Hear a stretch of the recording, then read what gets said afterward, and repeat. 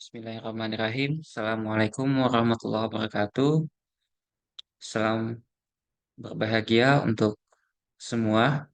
Baiklah, pada hari ini Bapak akan kembali membagikan sebuah materi tentang packaging atau kemasan. Oke, langsung saja. Untuk memulai materi pada hari ini, marilah sama-sama kita membaca basmalah. Bismillahirrahmanirrahim. Ya, semoga dengan pembacaan basmalah tadi apa yang Bapak sampaikan bisa diterima dengan baik dan bermanfaat untuk rekan-rekan semua. Oke, kita masuk ke slide selanjutnya.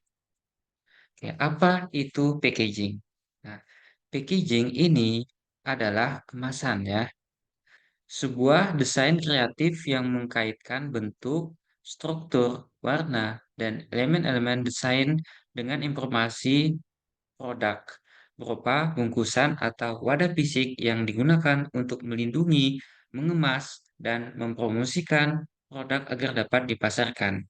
Jadi packaging itu adalah kemasan, kemasan produk yang kita buat, yang nanti berguna untuk melindungi, mengemas, dan mempromosikan produk kita kepada konsumen. Menurut klaim Cok dan Kasovek tahun 2006. Selanjutnya, apa itu pengemasan? Nah, pengemasan adalah aktivitas, proses, tindakan untuk memasukkan atau membungkus suatu produk ke dalam kemasan. Nah, jadi kalau kemasan itu wadahnya, kalau pengemasan itu adalah aktivitas pelaku usaha dalam memasukkan produknya ke dalam kemasan. Nah, itu disebut dengan pengemasan menurut Kotler dan Keller. Fungsi kemasan. Oke, fungsi kemasan yang pertama sebagai fungsi protektif. Maksudnya, fungsi ini berkaitan dengan proteksi produk, perbedaan iklim, prasarana, transportasi, dan saluran distribusi yang semua berdampak pada pengemasan. Dengan pengemasan protektif, konsumen tidak perlu menanggung resiko pembelian produk rusak atau cacat.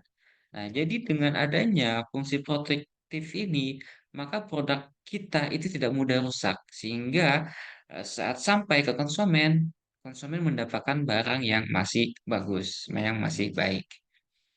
Yang kedua, fungsi promosi.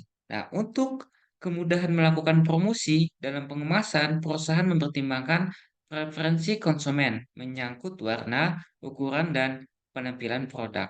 Jadi, desain warna yang menarik ini akan menjadi sarana promosi produk kita melalui packaging, melalui kemasan, gitu ya. Oke, selanjutnya. Tujuan kemasan. Nah, tujuan kemasan yang pertama, melindungi objek dari suhu, getaran, guncangan, tekanan, dan sebagainya. Jadi dengan ada kemasan, maka produk kita akan lebih aman dari berbagai getaran, guncangan, dan sebagainya.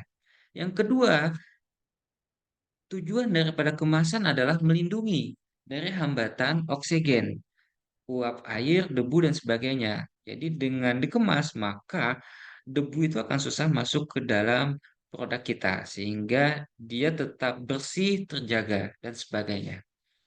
Yang ketiga, benda-benda kecil biasanya dikelompokkan bersama dalam satu paket untuk efisiensi transportasi dan penanganan.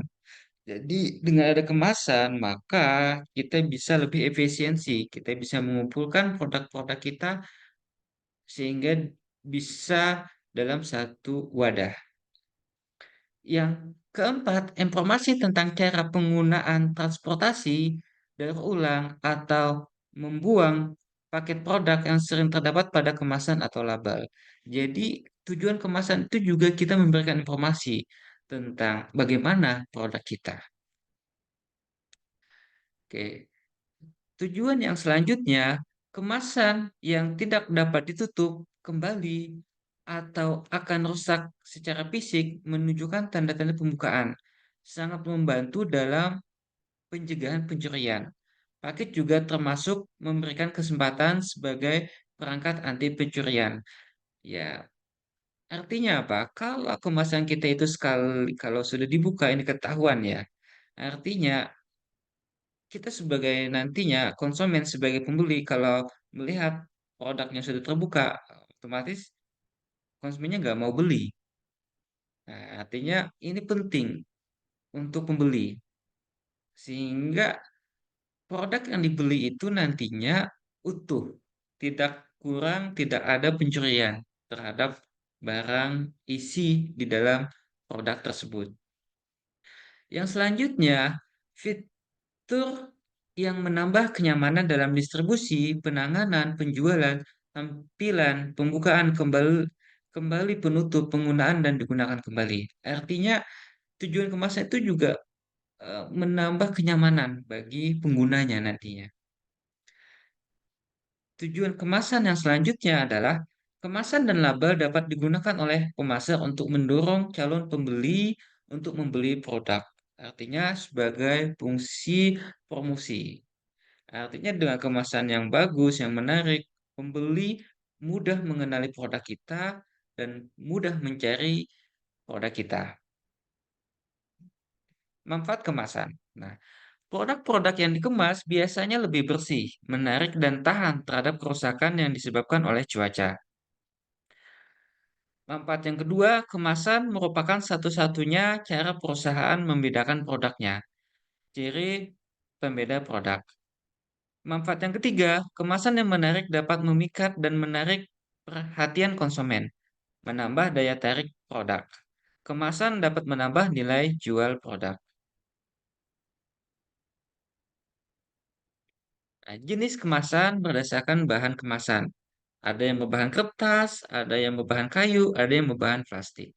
Nah, nanti sesuaikan dengan produk yang kalian buat. Mau yang berbahan kertas bisa, mau yang berbahan kayu bisa, mau yang berbahan plastik juga bisa. Disesuaikan dengan produk yang dibuat oleh pelaku usaha.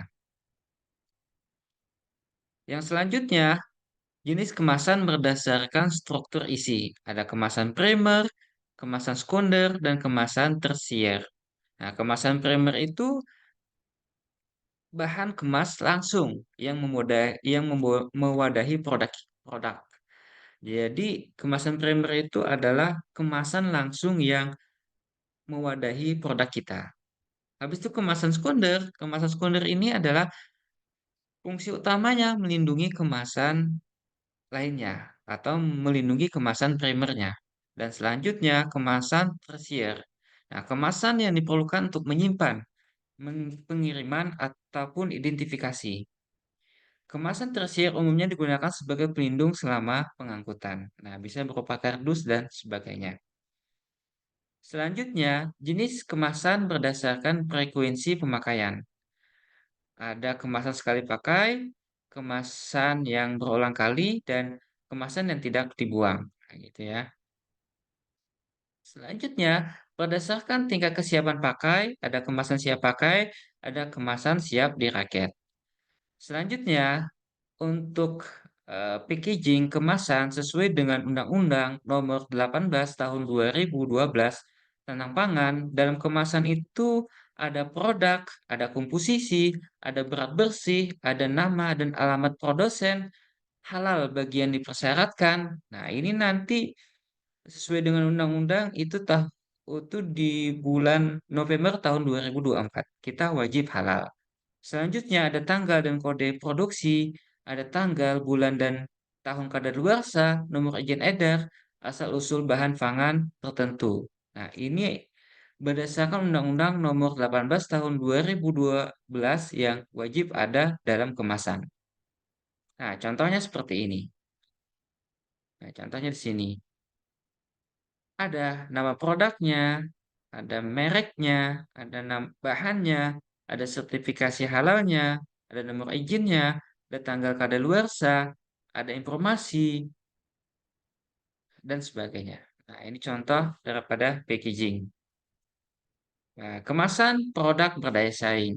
Nah, dulu kita kemasan seperti ini meningkat menjadi seperti ini dan kemudian menjadi seperti ini. Oke, sekian, terima kasih.